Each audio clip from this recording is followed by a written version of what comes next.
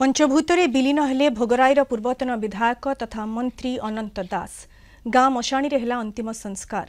शोकाकुल परिवेश रे अनंतंकु अंतिम विदाय देछंती संपर्कीय शुभेच्छु एवं राजनेता।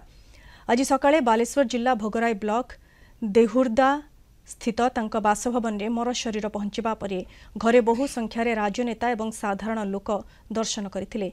गतकाली भुवनेश्वर स्थित बासभवन रे तांकर देहांत होइथिला। मृत्यु बेलू 85 वर्ष होइथिला। से दीर्घ दिन धरी वार्धक्य जनित रोगरे पीड़ित होई असुस्थ थिले। भोगराईरु लगातार 4 थर विधायक होइथिले अनंत दास। 2014 रे से तत्कालीन बीजेडी सरकार रे मुख्य सचेतक रहिबा सह उच्च शिक्षा एवं शिल्प भली 2टी गुरुत्वपूर्ण विभाग रे मंत्री होइथिले। भोगराई निर्वाचन मंडली तथा बालेश्वर जिल्ला रे बहु उन्नतिमूलक कार्य करी लोकंकर प्रशंसार पात्र पालटिथिले।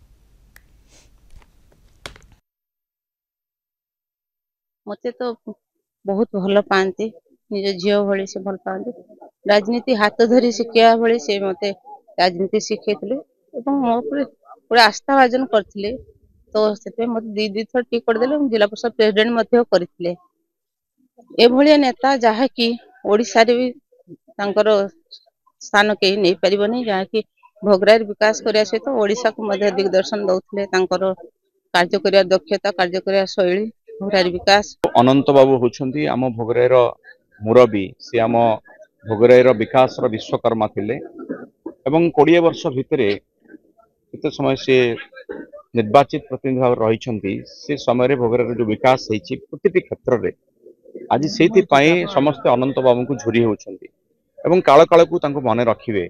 सफल मनुष्य जो उदाहरण क्या देखा दि जाए से अनंत दास को दिया जब सफल प्रशासनिक अधिकारी ठार आरंभ कर गोटे मनुष्य तार सर्वोच्च जो बाहर पहुंचा दरकार पहुंची पार्टी प्रशासन थिला बेले खूब सुंदर भाव लोक से समाधान कर विभिन्न समस्या विशेषकर लैंड रिफॉर्म्स जी अभिज्ञता थी बहुत शुणु माननीय पूर्वतन मुख्यमंत्री नवीन पट्टनायक डाकती से परामर्श करते लैंड रिफॉर्म विषय में।